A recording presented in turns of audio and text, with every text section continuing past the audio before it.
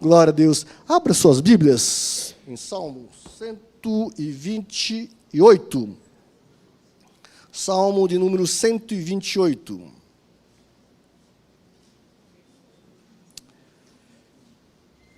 Vamos ficar em pé? Salmo número 128. Vamos ler, fazer essa leitura juntos. Salmo de número 128 diz assim: Bem-aventurado aquele que teme o Senhor e anda nos seus caminhos. Você comerá do fruto do seu trabalho, será feliz e tudo irá bem com você. Sua esposa, no interior de sua casa, será como a videira frutífera. Seus filhos serão como o rebento da oliveira ao redor da sua mesa. Eis como será abençoado o homem que teme ao Senhor. Que o Senhor o abençoe desde Sião, para que você veja a prosperidade de Jerusalém durante os dias de sua vida e veja os filhos dos seus filhos. Senhor nosso Deus Todo-Poderoso, firmados nesta palavra, Senhor Deus, estaremos nesta noite compartilhando da Tua palavra, Senhor. Que o Senhor possa derramar desta porção dobrada, Senhor, sobre cada vida, sobre cada irmão, sobre cada irmã, sobre cada família que aqui está nesta noite e se reúne, ó Pai.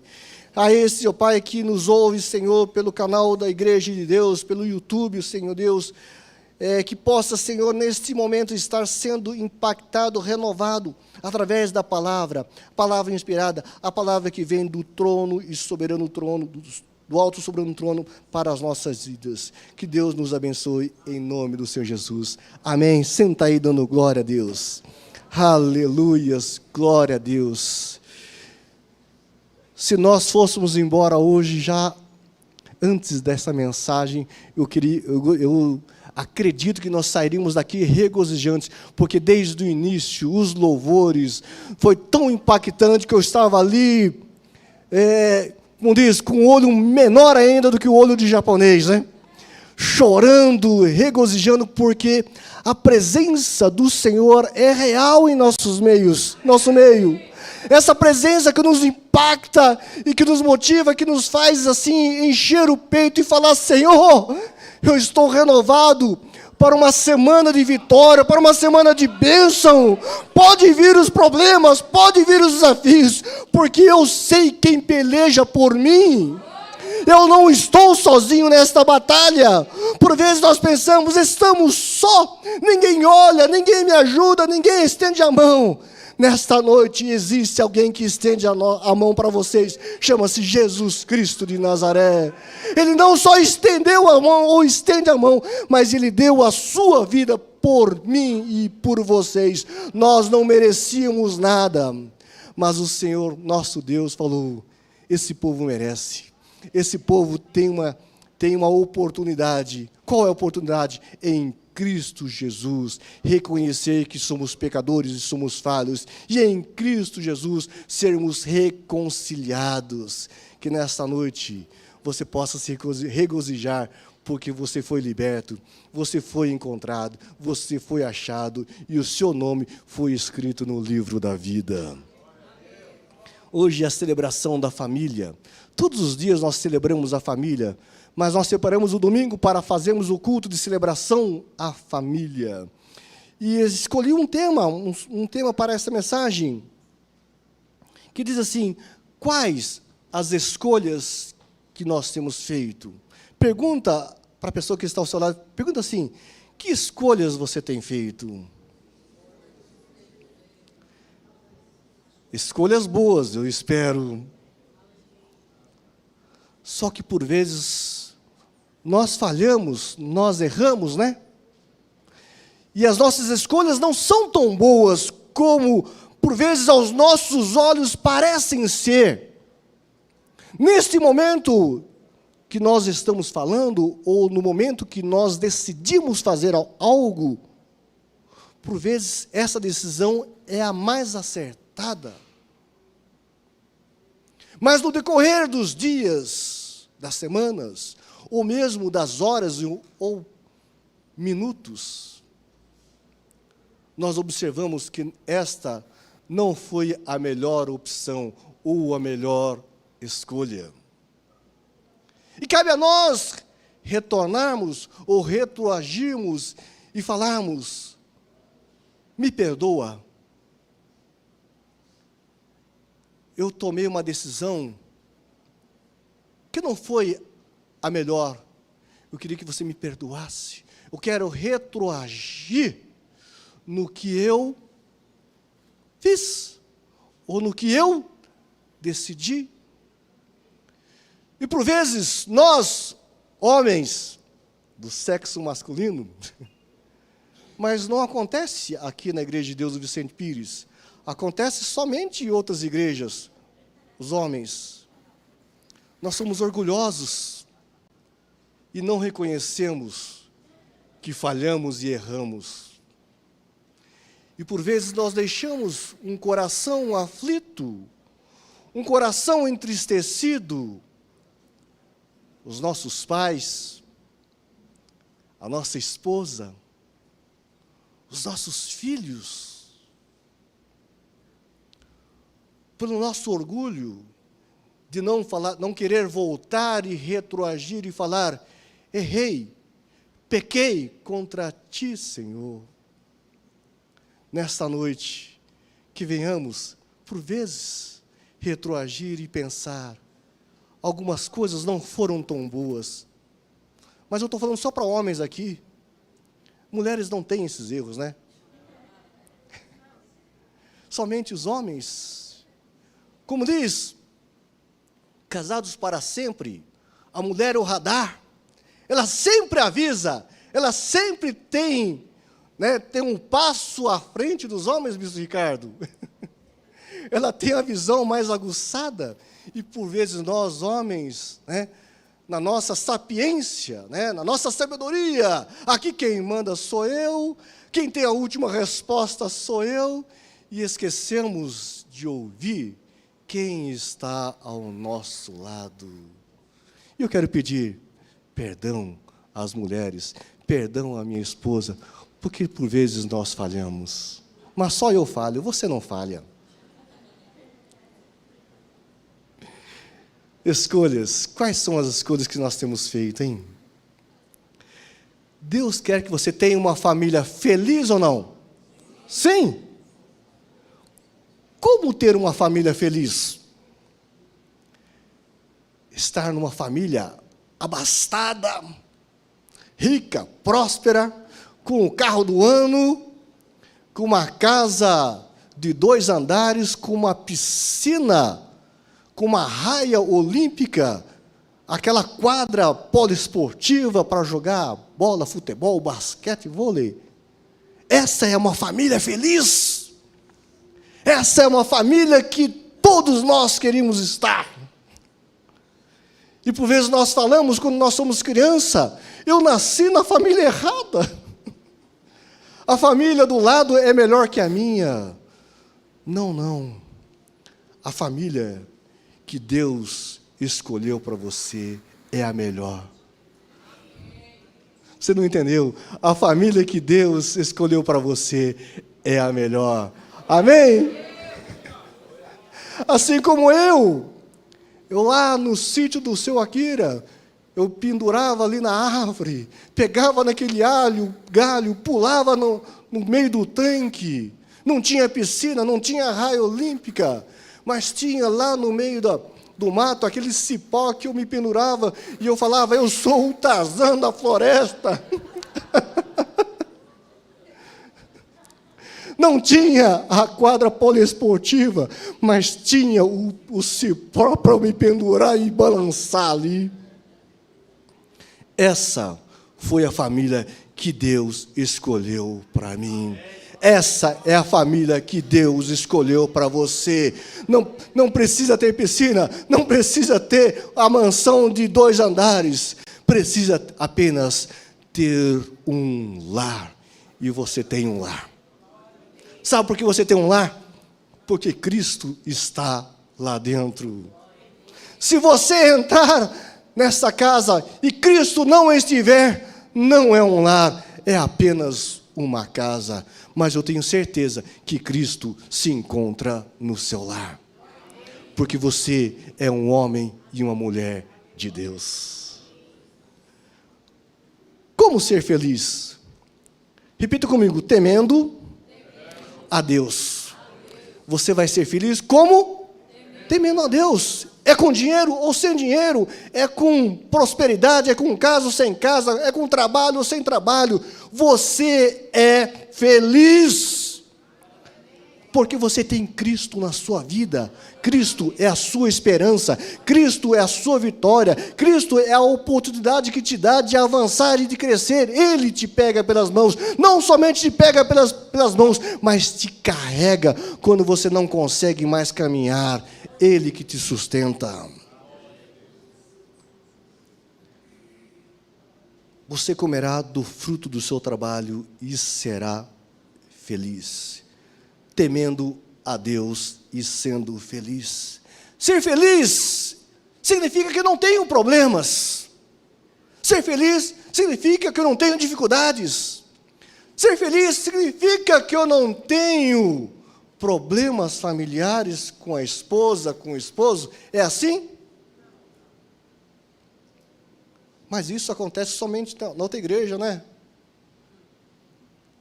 Nós somos felizes. Sabe por quê? Eu tenho Jesus na minha vida. Você tem Jesus na sua vida.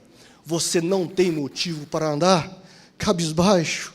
Ó dia, ó terra, ó céus, se lamentando, não. Erga a sua cabeça, estufa o peito e fala: eu vou partir feroz, porque o Senhor me anima todos os dias, porque o Senhor me sustenta, porque o Senhor me dá o fôlego da vida. Eu estava pensando esses dias atrás, 2019 e 20, correção, 20 e 21 foram anos muito decisivos para nós. Aprendemos a andar de máscara, aprendemos a utilizar a internet, as videoconferências, aprendemos mais a depender do quê? De Deus, porque muitos estavam sem trabalho, muitos estavam sem finanças, muitos estavam procurando aonde encontrar o alimento, porque os supermercados, os mercados estavam desabastecidos, e nós entrávamos lá e olhávamos as prateleiras: aonde está o arroz, aonde está o feijão, aonde está o gás, aonde estão as coisas, e nós olhávamos: meu Deus, eu não me preparei para este dia tão cruel. Meus amados, o dia do Senhor está chegando. O dia do Senhor está chegando. Tudo isso que nós vivenciamos foi um teste, um aprendizado para nós. Quando o dia do Senhor chegar, nós estarmos preparados, com as vestes limpas, com as lamparinas cheias, com o fôlego e dizendo: Senhor, obrigado, porque até aqui o Senhor me sustentou. Oh, glória a Deus. Quando chegar esse belo dia, eu espero estar ali, sendo contado entre os vencedores. Feliz não é aquele que tem abastança. Feliz é aquele que tem Jesus na nossa vida. No mundo vocês passam por aflições, mas tenham coragem. Outras versões falam: mas tenham bom ânimo. Tenham coragem ou tenham bom ânimo, porque eu venci. Jesus fala: eu venci o mundo e vocês vencerão. Se ele venceu, nós venceremos através de Cristo Jesus. Glória a Deus. Para ser um vencedor, precisamos temer a Deus. Temor a Deus envolve cumprir um chamado. Tem um louvor, eu ia depois pedir para o pastor, mas passou da hora. Era um louvor antigo, que fala assim: eu tenho um chamado, né? Mas outro dia a gente canta. Eu tenho um chamado, você tem um chamado em Deus? A primeira coisa que eu aprendi na igreja, quando eu entendi sobre salvação, quando eu entendi que ter o seu livro no nome, o seu nome no livro da vida, que eu precisava frutificar dentro do reino. Eu entendi que eu precisava, alguém me orientou, falou assim: Sato, você sabe qual é o seu chamado em Cristo Jesus? Qual é o seu chamado? Nós precisamos entender qual é o nosso chamado em Cristo Jesus. Alguns foram chamados para serem levitas, alguns foram chamados para serem pregadores, alguns foram chamados para trabalhar na ornamentação, alguns foram chamados para receberem as pessoas. Qual é o seu chamado em Cristo Jesus? Você já parou para pensar nisso? Qual que é o seu chamado em Cristo Jesus? Nós fomos chamados não apenas para sentar nesses bancos confortáveis, ouvir a palavra. Não! Nós somos chamados para servir ao Senhor. Servir ao Senhor significa trabalhar na obra do Senhor. Eu tenho um chamado em Deus. Qual é o seu chamado em Deus? Se você não sabe ainda, está um momento bem oportuno de nós buscarmos o nosso chamado em Deus. O Senhor disse a Abraão, Gênesis capítulo 12, versículo 1 e 2, Abraão, saia da terra, da sua parentela e da casa do seu pai, e vá para a terra que lhe mostrarei. Farei de você uma grande nação, e o abençoarei, e engrandecerei o seu nome. Seja tu uma bênção. Você é uma bênção. O Senhor te tirou, de algum lugar, o Senhor te resgatou, o Senhor trouxe um japonês lá de São Paulo para Brasília, apenas para trabalhar. Não foi apenas para isso, foi para ter um encontro real e genuíno com o Senhor, para ser uma bênção. Nós não entendemos como tudo isso aconteceu, nós não entendemos os planos e projetos de Deus, com Francisca, nós não entendemos. Mas sabe o que acontece? Acontece para que você seja uma bênção nas mãos de Deus. Como frutificar? Como ser uma grande nação? Vocês pararam para pensar como ser uma grande nação? Se Abraão já estava com uma idade avançada, 75 anos de idade, Abraão e Sara já eram velhos. Sara um pouquinho mais nova, mas de idade. Não tinham filhos para multiplicar essa descendência. E para complicar, Sarai era estéril. Não podia ter filhos. Como constituir uma nação? Fala assim, eu não entendo o projeto de Deus, mas Ele entende do projeto dEle para a minha vida. Nós, por vezes, não entendemos nada, mas Ele já sabe o que vai acontecer nas nossas vidas. Por vezes, nós não entendemos por que nós estamos aqui. Porque o Bispo Ricardo é legal. É legal mesmo. Mas nós estamos aqui para quê? Para glorificar o nome do Senhor. Para declarar que Jesus reina sobre esse lugar. Para declarar que vidas serão salvas e impactadas através de mim e de vocês.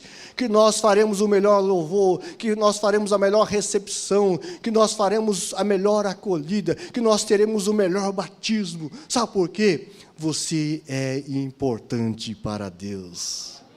E Deus usou uma família improvável para ser uma bênção em Canaã.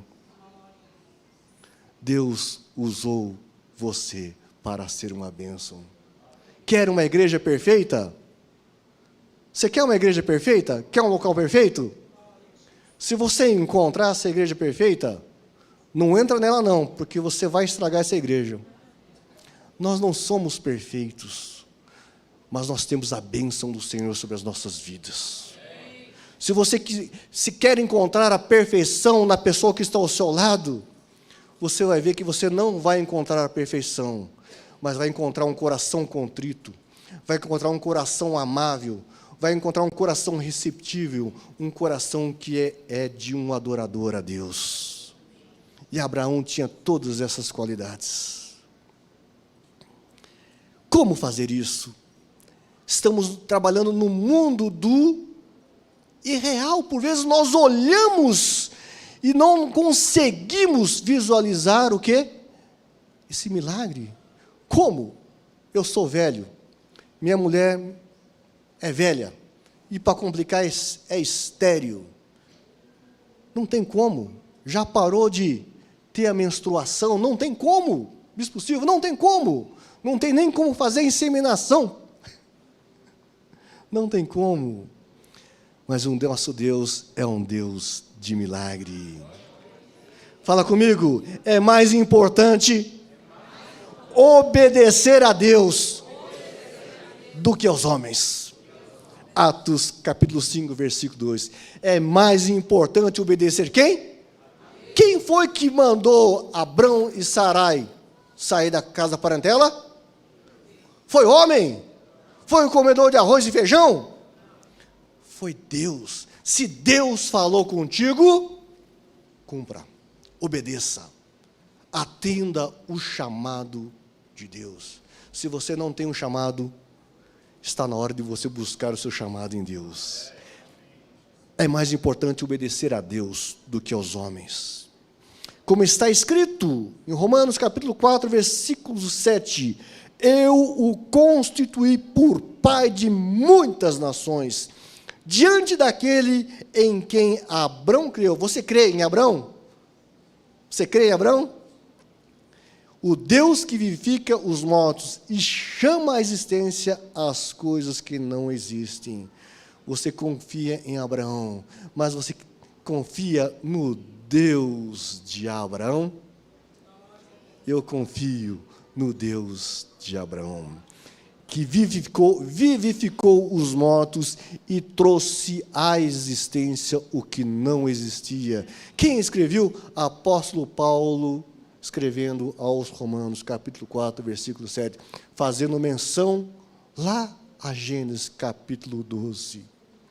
Tudo isso que está escrito foi cumprido nos mínimos detalhes. Nesta noite, eu quero te dizer que o Senhor quer que você creia em Deus, creia em todas as promessas, mas também que você haja, que você tire o seu pé do chão e faça algo que você nunca fez na sua vida. Nós olhamos um para o outro e falamos, não é a minha obrigação, é a obrigação do pastor Ricardo, ele que é o chefão, ele que é o pastor titular, ele que é o manda-chuva. Não, a obrigação é, fala assim, a obrigação é minha, bate no seu peito assim, a obrigação é minha também, de ajudar o pastor Ricardo. Quem bateu a mão no peito aí? Levanta a mão. Pastor Ricardo, olha, está cheio de ajudante. Nesta noite, chegou o momento de você não apenas crer, mas de agir. Vamos agir em Deus? Vamos parar de ficar reclamando das coisas? Vamos começar a agir? Deus vai mudar a nossa história. Saia do lugar de sequidão. Deus tem um local de bênção.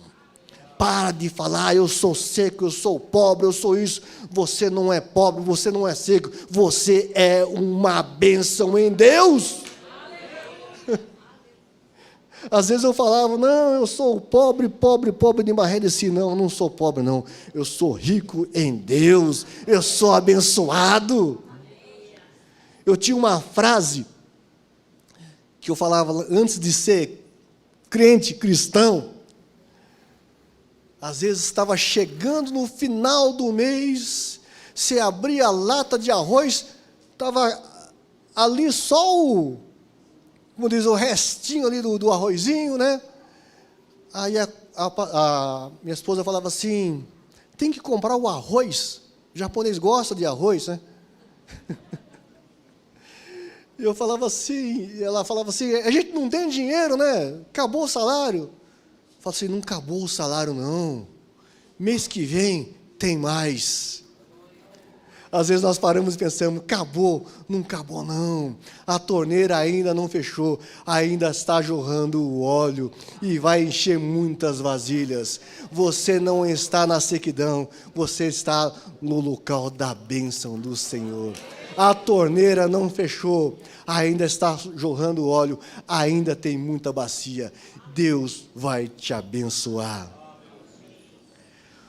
O temor a Deus envolve deixar algumas bagagens. O excesso de peso atrasa a nossa viagem.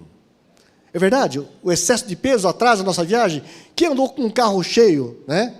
Às vezes, na descida, vamos que vamos. E na subida, vamos ter que tirar alguma coisa, né? Ou mudar a marcha, né? Para acelerar o poçante. Partiu, pois, Abrão, como o Senhor lhe havia ordenado. E diz assim, e Ló foi com ele. Repita comigo, e Ló foi com ele. Ele foi convidado? Não foi, mas foi com ele. Abrão tinha 75 anos quando saiu de Harã.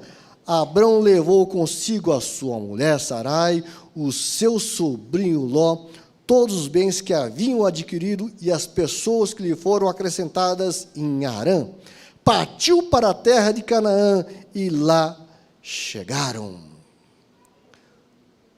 Bagagens que nos impedem de avançar. Quais são as bagagens que você tem carregado? E a bagagem, sabe onde é que está? Você vai chegar lá na sua casa hoje, a bagagem está lá na sua casa. Você vai entrar lá no seu quarto e olhar embaixo da cama, está lá a bagagem. E em determinados momentos, você puxa essa mala e você abre.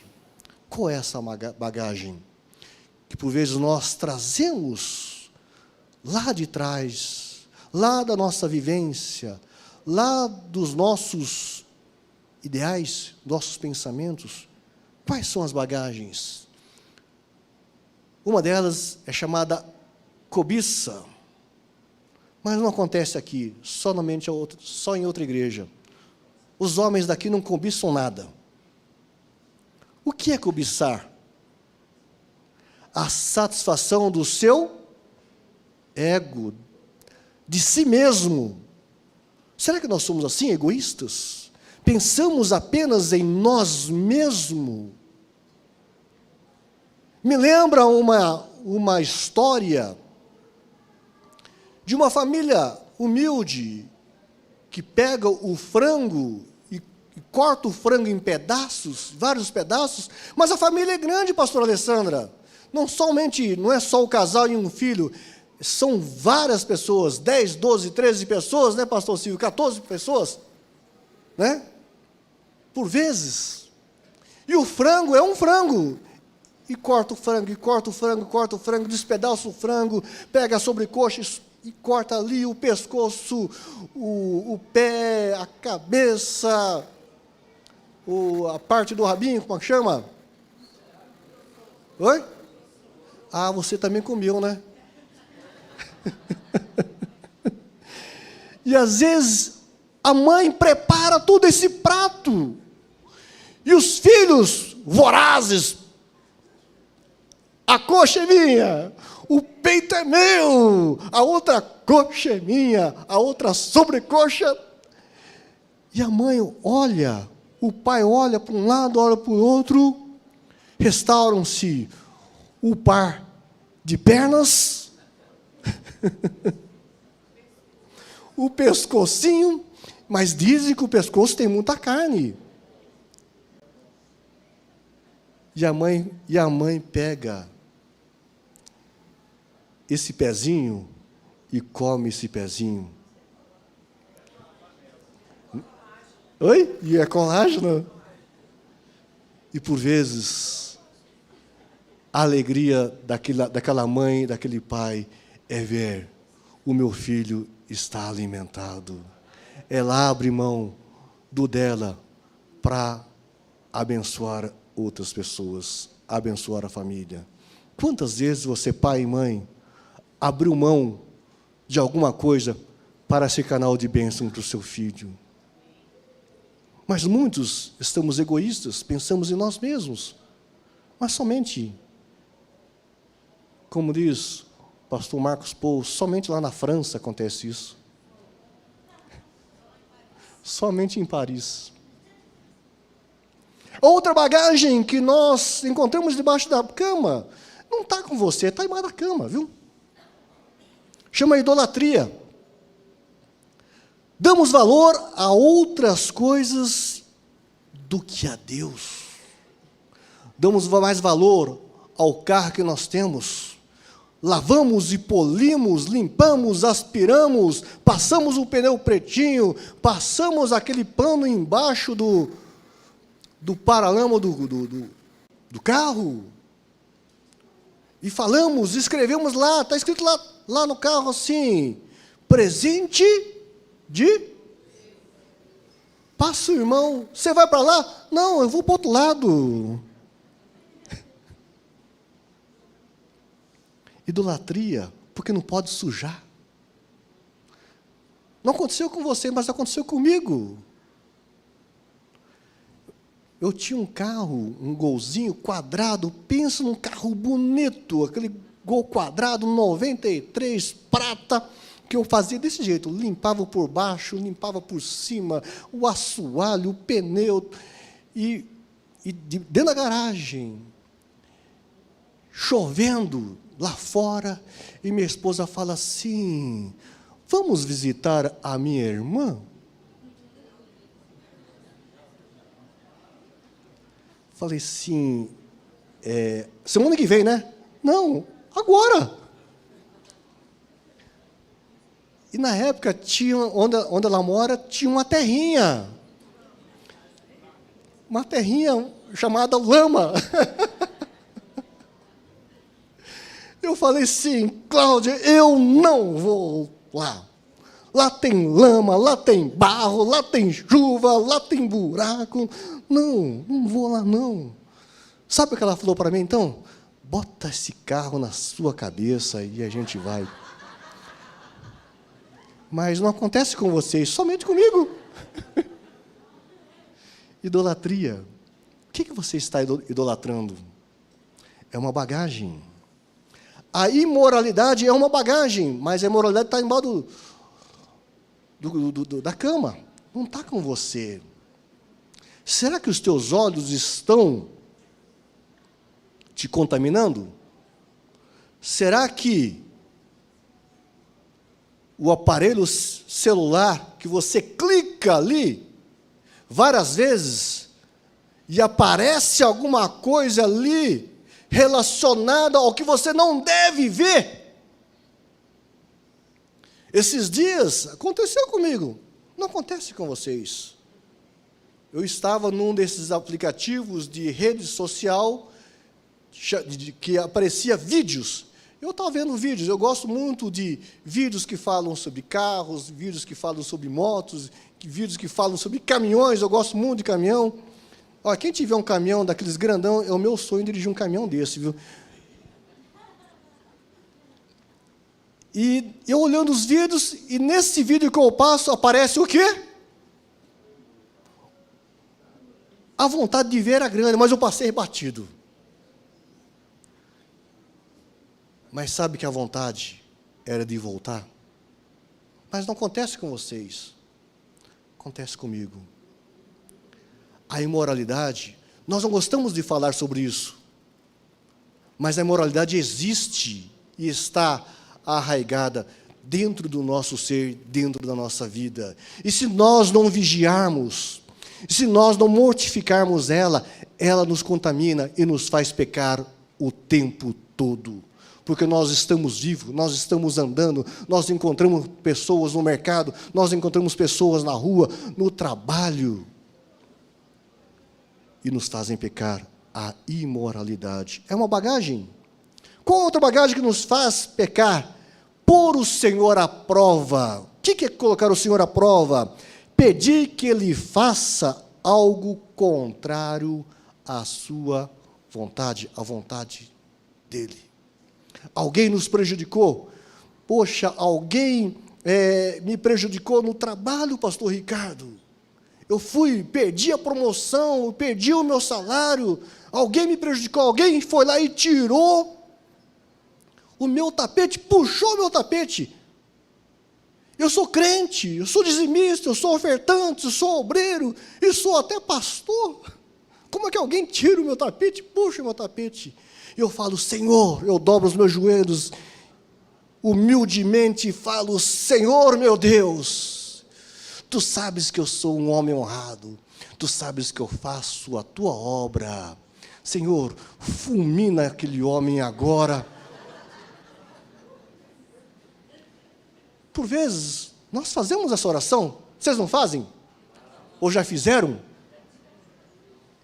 Por vezes nós já fizemos, eu já fiz essa oração, mas eu me arrependi. Colocar Deus à prova, é da vontade dEle que seja fulminado? Claro que não, mas por vezes o nosso desejo seria isso. Qual que é outra bagagem? Chama-se murmurar. Isso aí não pega ninguém, não. Ninguém murmura, ninguém reclama. Somente o japonês reclama. É uma das grandes coisas que tem pego o ser humano, é a murmuração. Nós falamos o tempo todo, o Brasil está ruim, a família vai de mal a pior, a política não presta, o trabalho é pouco, o salário é irrisório, a comida não presta. Meu Deus, aonde nós vamos parar com esses impostos? E murmuramos, e falamos, e reclamamos, porque o pastor não faz nada, o pastor não faz um culto diferente, e murmura daqui, murmura dali, e reclamamos o tempo todo. Mas a pergunta que eu faço para você, o que eu e vocês estamos fazendo para mudar esta situação? Se você não está fazendo nada, você não tem o direito de falar de ninguém. Murmurador, pecador. Esses pontos eu extraí, a cobiça, a idolatria, a imoralidade, é uma lição do custo de homem ao máximo, que fala sobre os pecados que impediram o povo de Israel entrar em Canaã. Quais são os pecados que têm impedido o povo de Israel entrar em Canaã? Fala assim, cobiça, idolatria, imoralidade, pôr o Senhor à prova, murmuração. Esses são 5 pecados que têm impedido o povo de Deus prosperar. Aonde? Nesta terra.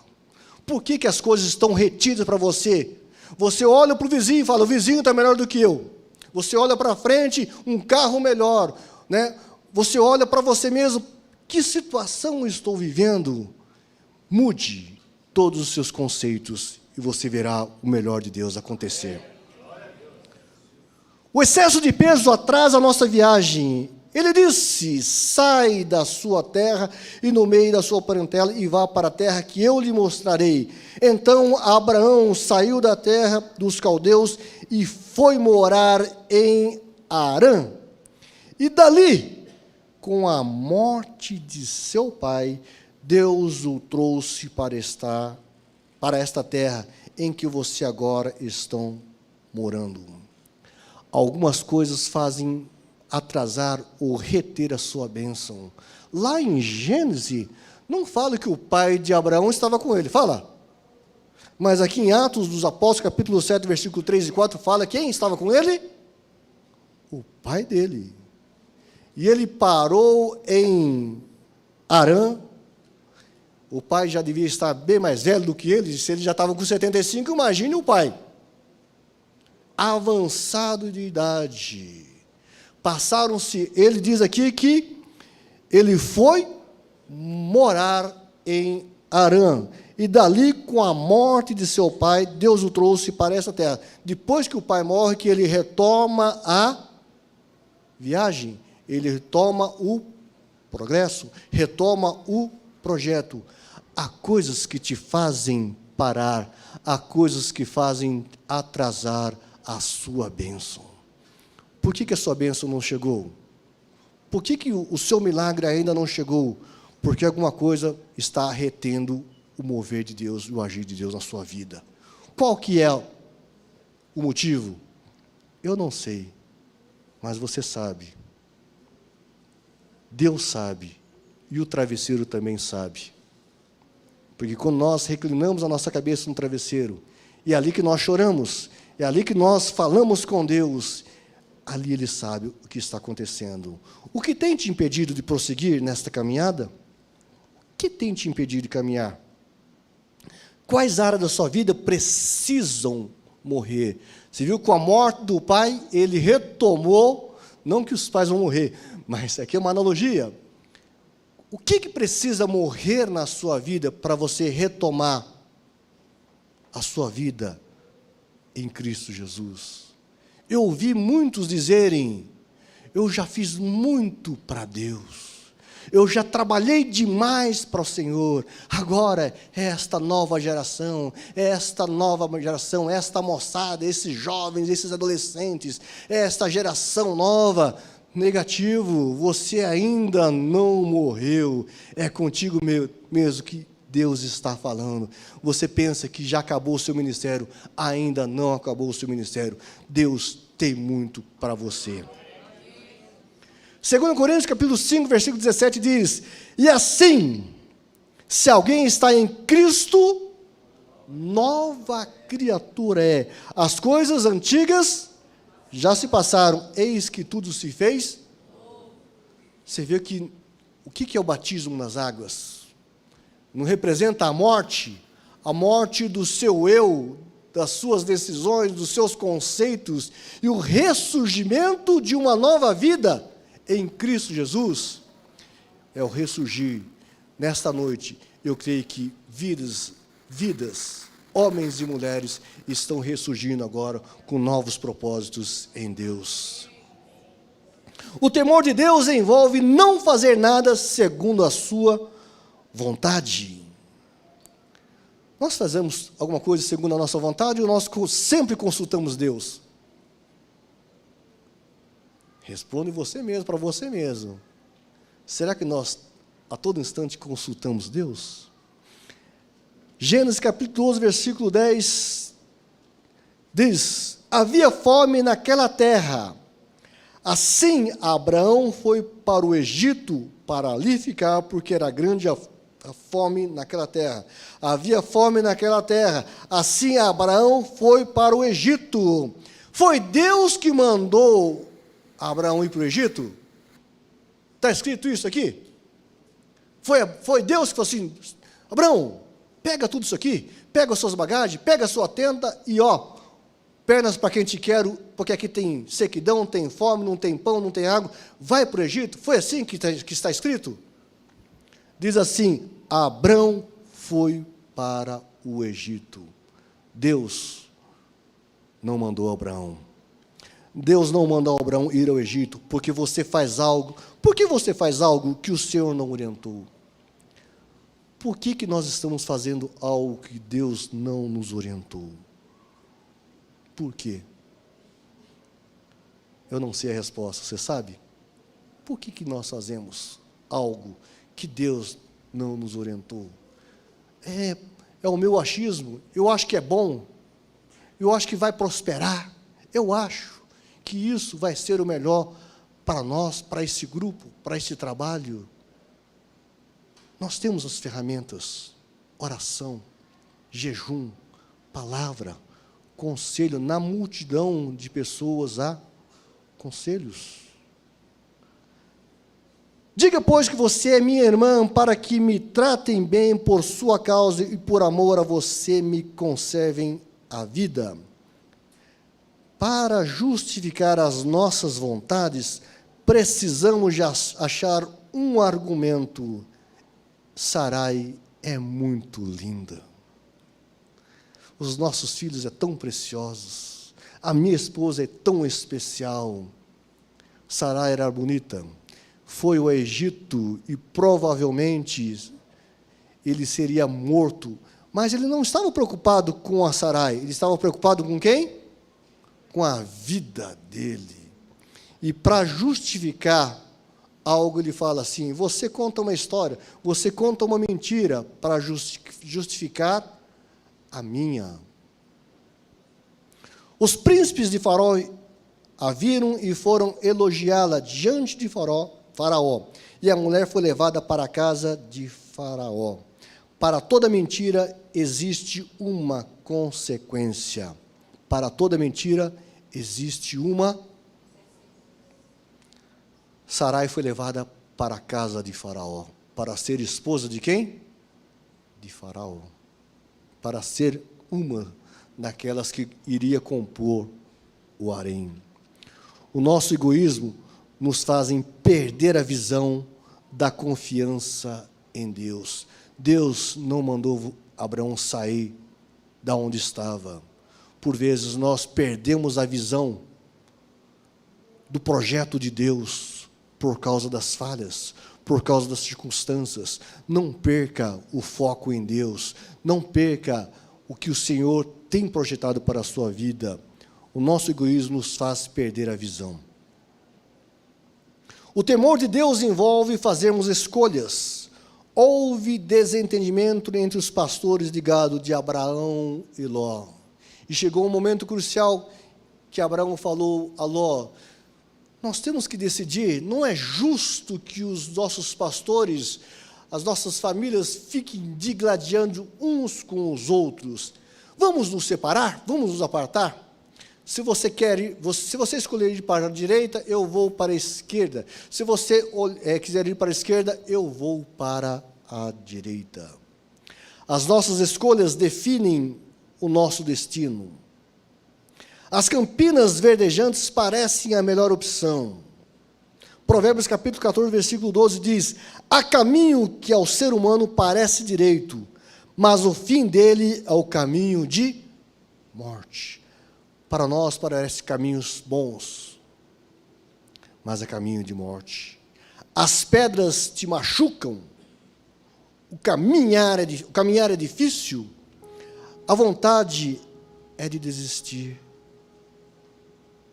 Josué capítulo 1, versículo 9, nos dá um incentivo nesta noite. Não foi isso que eu ordenei. Seja forte, seja corajoso, não tenha medo, nem fique assustado, porque o Senhor, o teu Deus, o nosso Deus, estará conosco, estará contigo, por onde quer que nós andarmos. Se você for para a direita, se você for para a esquerda, se Deus estiver, será caminhos de bênçãos. Nunca deixe Jesus. Deus quer que você tenha uma família feliz? Sim. Como ter uma família feliz? Sendo uma bênção para a sua família. Quer ter vitória? Obedeça. Quer ter vitória? Leve somente o necessário. Quer ter vitória? Não leve um peso que não te pertence. Carregamos pesos que por vezes não são nossos. Quer ter vitória?